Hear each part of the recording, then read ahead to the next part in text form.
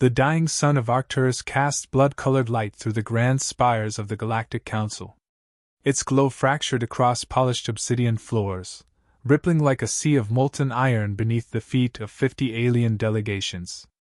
The air thrummed with tension, thousands of species breathing, clicking, whispering in unison, as the chamber's central dais rose from the depths. Arch-Chancellor Vtal of the Theruan Dominion stood tall, his silver robes shifting like liquid metal around a body built for command. His voice carried through the amphitheater in tones cold and deliberate. The Terran Confederation has defied every principle of galactic order. They have refused inspection, constructed weapons beyond their treaty rights, and now threaten the stability of all known space. The Council decrees, humanity will dismantle Project Aegis within 30 cycles, or be erased. The declaration echoed through the hall. Silence followed, heavy as a tomb. Then came the murmurs, primitive warmongers, dangerous, reckless, too ambitious. Tal's pupils contracted to narrow slits as he surveyed the chamber. The smaller races, Kremal, Zoth, Rin, nodded eagerly, craving his approval. Yet the elder species exchanged uneasy glances. They remembered what humans had done to themselves before joining the stars, how they had rebuilt their world from ashes with terrifying speed. Tal leaned forward, claws clicking against the rail. We have tolerated their chaos long enough. Send the message to Sol. The chamber lights dimmed. A council insignia, an endless circle surrounding a black void, flashed across the galaxy. In Earth orbit, the flagship TSS Resolute floated like a blade drawn from its scabbard. Through its massive viewport, Admiral Helena Stroud watched the transmission unfold. Her reflection hovered over the image of Tal's reptilian face as the ultimatum repeated. The bridge was silent but alive, screens flickering, engines thrumming, crew exchanging anxious glances. The entire fleet was listening. Commander Mason, her first officer, broke the quiet. That's a full declaration. 50 systems, Admiral. If they mobilize, we can't. Can't what? Stroud asked without turning. Her voice was calm, not dismissive, just steady. He swallowed. Can't hold them off. Not for long. Stroud's gaze drifted to Earth below, a fragile sphere wrapped in blue and white. Then we don't hold them off, she said. We make them hesitate. She gestured to the comms officer. Patch me through to Earth Command. The officer's hands moved fast across the console. A secure channel opened, encrypted in 5 layers of quantum locks. Stroud stood straight, folding her hands behind her back. Transmit to all council frequencies. A faint hesitation flickered in the officer's eyes. All frequencies, ma'am? All of them, she repeated. He nodded. The signal went live. Across the galaxy, on warships, colonies, and outposts, the blue crest of Earth replaced the Council's symbol. The message began. This is Admiral Helena Stroud of the Terran Defense Armada. The Council demands our submission. They will receive our answer. A pause. The stars outside her viewport shimmered like watchful eyes. Humanity will not disarm. Humanity will not kneel. We are ready. The transmission ended. For a heartbeat, the universe seemed to stop breathing. Then, through a million relay nodes, her words ignited rebellion. Soldiers raising glasses, engineers shouting in pride, colonists cheering through static. Even alien analysts who monitored Terran communications paused, uncertain whether to admire or fear the tone of certainty in her voice. Mason exhaled slowly. You just painted a target on all of us. I painted a line, Stroud replied. Let's see who crosses it. Later, she walked alone along the observation deck, the hum of the ship's heart faint beneath her boots. Beyond the reinforced glass, the Earth rotated in silence, oceans gleaming under sunlight, clouds spiraling like ink in water.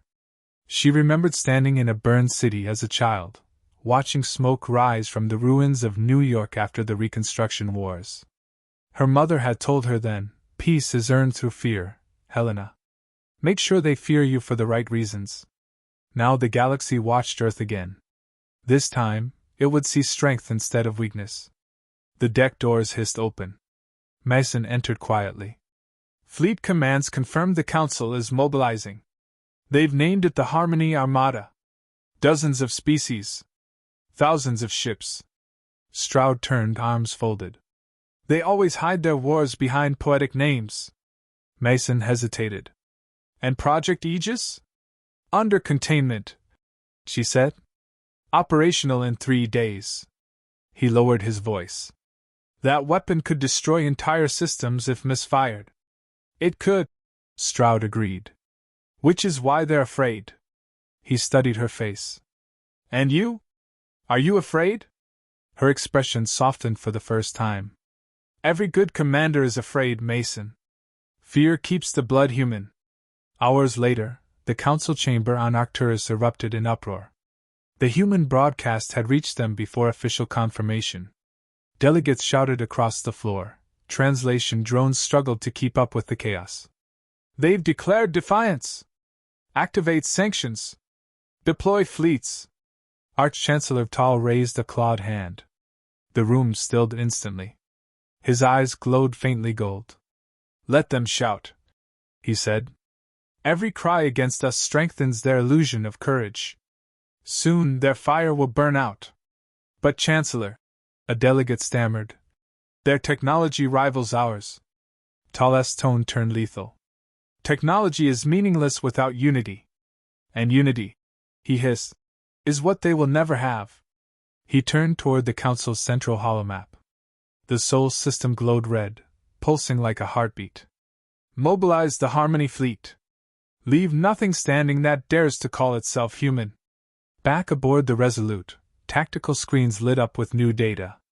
Fleet intelligence confirmed movement from half the Council's member systems. Lieutenant Harris read the report aloud. 6 fleets departing from Vega Sector. 12 from Deneb. And 2 unknown armadas from Tharuan space. Mason cursed under his breath. They're moving faster than projected. Stroud remained still, eyes fixed on the swirling holographic map. They've been waiting for this. Good. He frowned. Good? Every empire needs a lesson, she said.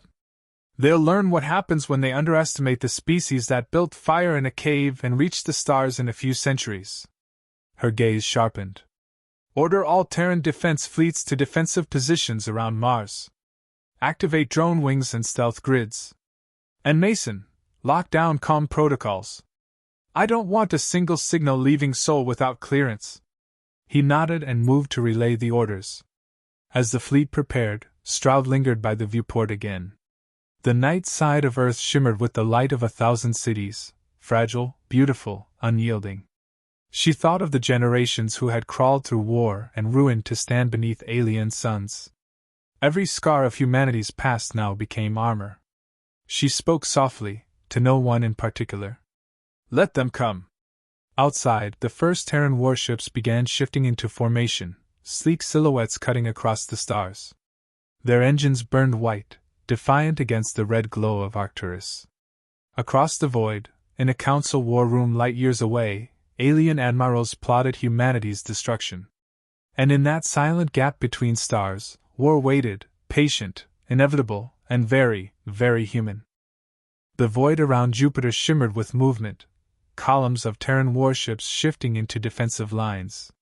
The TSS Resolute hovered at the center, engines low, sensors stretched to the edge of the system. The crew moved with sharp, disciplined urgency.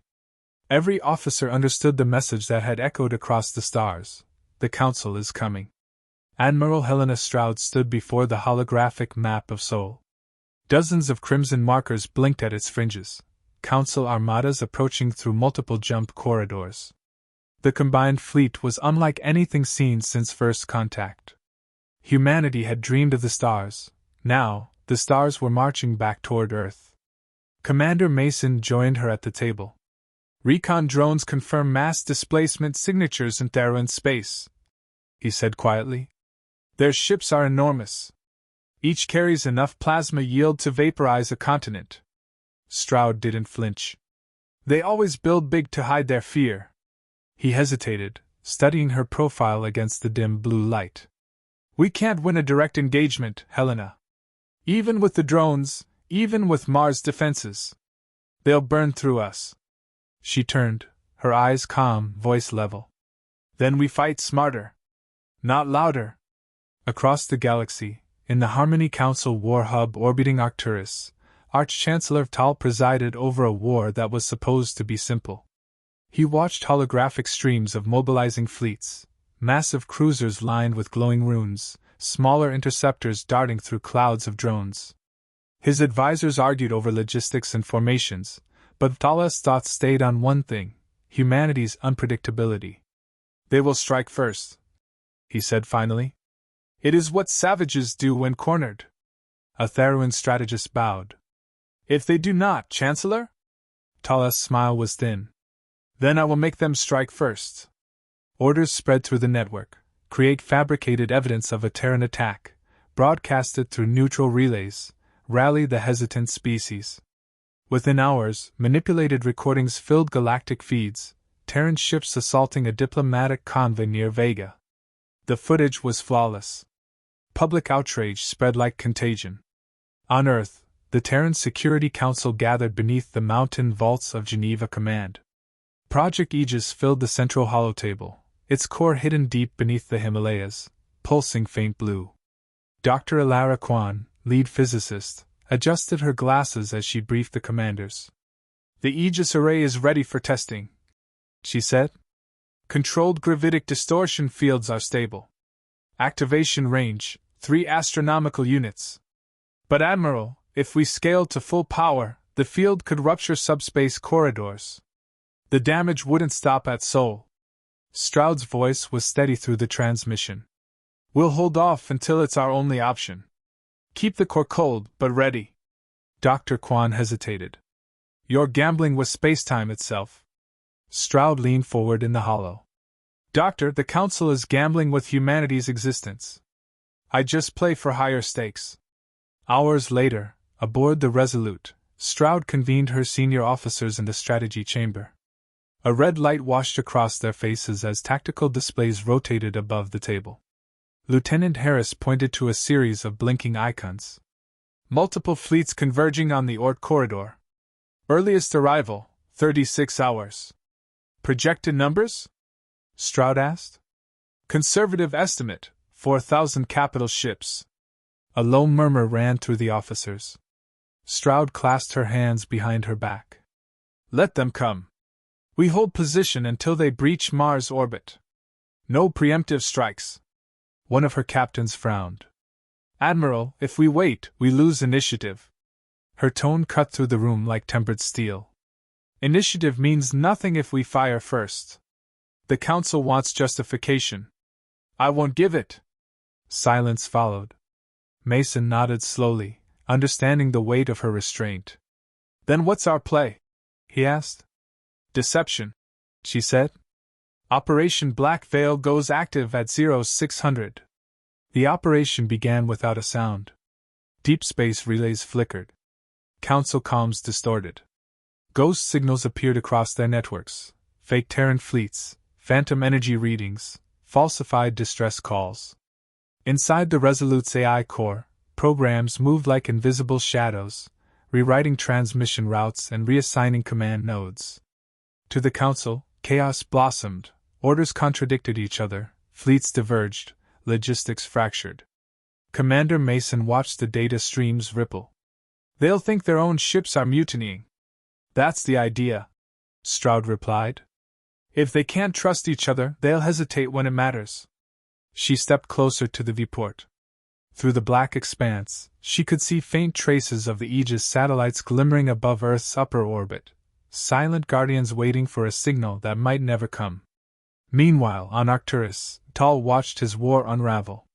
Reports flooded in, ships lost contact, patrols missing, systems failing. His aides trembled beneath his gaze. The Terrans have infiltrated our grid, Chancellor. Then purge it, he snapped.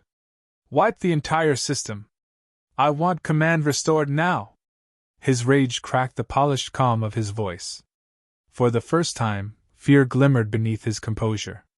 When the connection stabilized, a holographic projection of Stroud appeared before him, Her message transmitted deliberately to the Council's secured line. You should know, Chancellor, we're intercepting your fleet transmissions. You've got coordination issues. Maybe next time, don't start wars over forged evidence. Tall's expression froze. How dare you violate the Council's? We didn't violate it, Stroud interrupted. We outgrew it. The signal cut off. Back aboard the Resolute, Mason approached her after the broadcast. You just called the Chancellor of the Galaxy a liar. Stroud gave a dry smile. I wanted to see if arrogance bleeds. He shook his head, almost laughing. You're playing with fire. She glanced at the holographic stars. Fire's all we've ever had. The next day, tension filled every corridor of the Resolute. Crew worked in silence, each motion efficient, rehearsed. War wasn't a surprise anymore, it was a schedule. At 1,400 hours, a priority alert cut through the ship's hum. Harris's voice trembled slightly as he read it. Confirmed, Council fleet has crossed the Sol boundary. First wave detected near Neptune. Stroud straightened. Fleet readiness status? 87%, Admiral. Not good enough. Bring it to 99 before they reach Mars. She turned to Mason. Activate Aegis satellite relay. Passive mode only. He nodded. And if they fire first? She met his gaze. Then we answer. Night cycle came and went, though time meant little in deep space. Stroud spent it in her command quarters, reviewing intercepted transmissions, enemy chatter, false data, human morale reports. Her eyes burned, but her thoughts were sharp. She replayed an incoming feed, the Council broadcasting its rallying cry to the galaxy. Orders shall prevail. Humanity will be brought to obedience. Her lips tightened. She sent her own message, private, encrypted, directed to every Terran commander. Remember why we fight. Not for conquest, not for revenge. For the right to stand unbroken beneath any sky. The next morning, the solar system trembled with approaching war. The Harmony fleet moved like an eclipse across the void, an ocean of metal and light devouring the starlight between Neptune and Uranus. On the Resolute's bridge, Stroud watched the incoming telemetry in silence. Mason whispered, They're massive. Massive isn't invincible, she said. Aim small, strike hard. The hum of engines deepened. The Terran fleet aligned its formation, sleek destroyers taking the front, carriers holding drone wings in reserve. Stroud spoke softly into the command channel. This is Admiral Stroud to all Terran vessels. Maintain position. No one fires until I say. 1,000 acknowledgments came through the comms, steady and sure. Outside, the enemy fleet advanced, eclipses of gold and crimson spreading across the black horizon.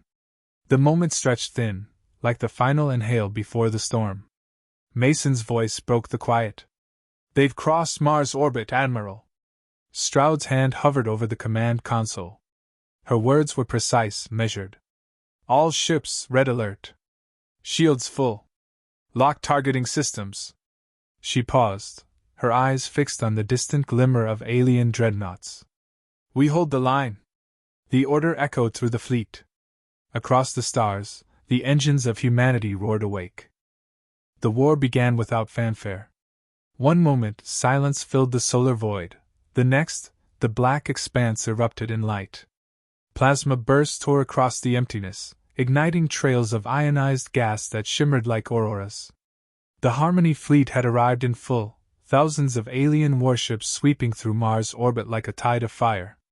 Admiral Helena Stroud stood at the Resolute's command dais, her hands clasped behind her back, watching tactical feeds fill with chaos. Red indicators blinked across the holographic map, Terran ships already engaging enemy vanguards. The air vibrated with distant shockwaves transmitted through space-time itself. Enemy density is overwhelming, Lieutenant Harris reported, voice tight. Multiple capital ships breaching the outer defense ring. Status of Mars installations? Stroud asked. Offline, he said. Orbital cannons destroyed in the first wave. Commander Mason turned toward her. They're cutting straight through our line. We'll be overrun in an hour. Stroud's expression didn't change. Then we make that hour cost them everything. She leaned forward. Deploy drone swarms, stagger formation. Target their shield harmonics. Focus on command vessels only. Don't waste energy on the small ones. Orders rippled through the fleet. Automated carriers released waves of drones that darted between enemy fire like metallic wasps, detonating in synchronized flashes. Human warships danced in disciplined unison, weaving through plasma storms that could vaporize cities. Yet even precision couldn't hold forever. The Council's numbers were endless. Every destroyed cruiser was replaced by 3 more. The void turned into a burning graveyard of shattered metal. A tremor ran through the Resolute. Consoles flickered, sparks raining down. Mason gripped the railing. Forward shields failing! Hull breach on deck 7! Seal it and reroute power! Stroud ordered. Her comm steadied the bridge, even as the ship groaned under the strain. Every officer mirrored her composure. Fear became fuel. Outside, an alien dreadnought the size of a city loomed ahead. Its main cannon glowed, a sun compressed into a barrel. Harris shouted, "They're charging a supermass driver!" Stroud's tone dropped to a whisper. "Lock rail batteries. Fire everything we have." The Resolute unleashed its payload, kinetic rounds moving faster than light across short distance. They slammed into the dreadnought's hull, punching through layers of armor. The alien ship shuddered, half its structure fracturing before it exploded in a burst of violet flame. Cheers erupted across the bridge, brief and fierce. Then came the counterstrike. Dozens of smaller ships targeted the Resolute at once. Impacts rippled through the hull. The bridge lights dimmed. The deck lurched. "Main reactors are destabilizing!" Harris yelled. "Shut them down manually if you have to," Stroud snapped. The crew scrambled to stabilize power. For a moment, the ship floated in near darkness, illuminated only by the burning wreckage outside. Stroud's gaze swept across the horizon of stars, each flash marking the death of another Terran vessel. Her comlink chimed. Earth Command's transmission came through, distorted but clear enough. "Admiral Stroud, this is High Command. You are authorized to activate Aegis Protocol." She didn't answer immediately. Her jaw tightened, the weight of the decision pressing on every muscle. Mason's voice softened beside her. "If we trigger it, there's no going back." Stroud looked out the viewport. "There's nothing left to go back to if we don't." She opened the encrypted channel to the Aegis Corps. "This is Admiral Helena Stroud, Terran Defense Command. Execute Aegis activation sequence. Authorization code Sigma Black 12. Far below, buried deep within the Himalayas, the Aegis Corps awoke. Massive containment rings spun faster, drawing power from the planet's magnetic field. The mountain range trembled as gravity bent inward. Scientists screamed over comms to abort. Stroud ignored them. On every Terran ship, instruments went haywire. Distortions twisted the fabric of space. Time itself seemed to hesitate. Then came a low vibration, too deep to hear, too vast to measure. Harris's voice cracked. "Ma'am, what is that?" Stroud watched as the stars outside the viewport blurred, light bending like molten glass. "That," she said quietly, "is the sound of consequence." The pulse spread outward, silent, invisible, unstoppable. The alien fleet didn't even have time to react. Ships closest to Earth began to fold inward, their own gravity turning against them. Engines screamed as space-time collapsed, crushing dreadnoughts into glittering fragments. Tull's command vessel, orbiting just beyond Mars, recorded the phenomenon. His aides stared in disbelief as half their fleet vanished in seconds. He rose slowly, voice trembling with both awe and rage. "What have they done?" A calm channel opened. Stroud's hologram appeared on his bridge, static cutting across her image. "Tull, you've doomed us all. The singularities will consume your world too." "Stroud, then the galaxy will know we didn't die quietly." Her transmission cut before he could respond. Outside his viewport, the void shimmered, and his ship broke apart, dissolving into the distortion wave. On the Resolute, alarms blared. The ship shook violently as gravitational currents ripped through the solar plane. Mason clung to the console. The field's expanding. We'll be caught in it. Stabilize the reactor. Keep us anchored to the magnetic plane. Stroud shouted. Negative grav readings. Harris stopped mid-sentence as the pressure eased. The wave stabilized, collapsing into a luminous sphere around Earth's orbit. The distortion held, shimmering like a curtain of light. The remaining Council ships fled, their jump drives scrambling to escape the anomaly. Within minutes, the once endless fleet scattered into retreat. The silence that followed was unbearable. Stroud exhaled slowly. Cease all fire. Power down weapons. Begin rescue protocols for any surviving crews, human or not. Mason stared at her, incredulous. You're helping them? She met his eyes. We won the right to choose mercy. Hours later, the Resolute drifted above the blue curve of Earth. The battle was over. The stars were quieter now, scarred, dim, but still burning. Stroud stood alone on the observation deck, her reflection blending with the faint shimmer of the Aegis field encircling the planet. Mason entered softly. Fleet status, 58% destroyed. Civilian losses minimal. The Council's comm grid is collapsing. They've gone silent. She nodded. And the Aegis core? Stable, for now. They stood together in silence. Below them, the planet glowed like a fragile jewel. Mason broke the quiet. They'll call us monsters. Stroud's gaze stayed on Earth. Let them. Monsters survive. He hesitated, then asked, What do we tell the colonies? The outer systems? She turned to him, her voice firm but weary. Tell them humanity is free. No one owns the skies anymore. Later, in her command log, Stroud recorded her final entry. Her tone was measured, but beneath the calm ran exhaustion and pride. This day will be remembered as the day Earth stood alone. We faced an empire of worlds and did not break. The Council believed control was peace. They were wrong. Peace isn't obedience.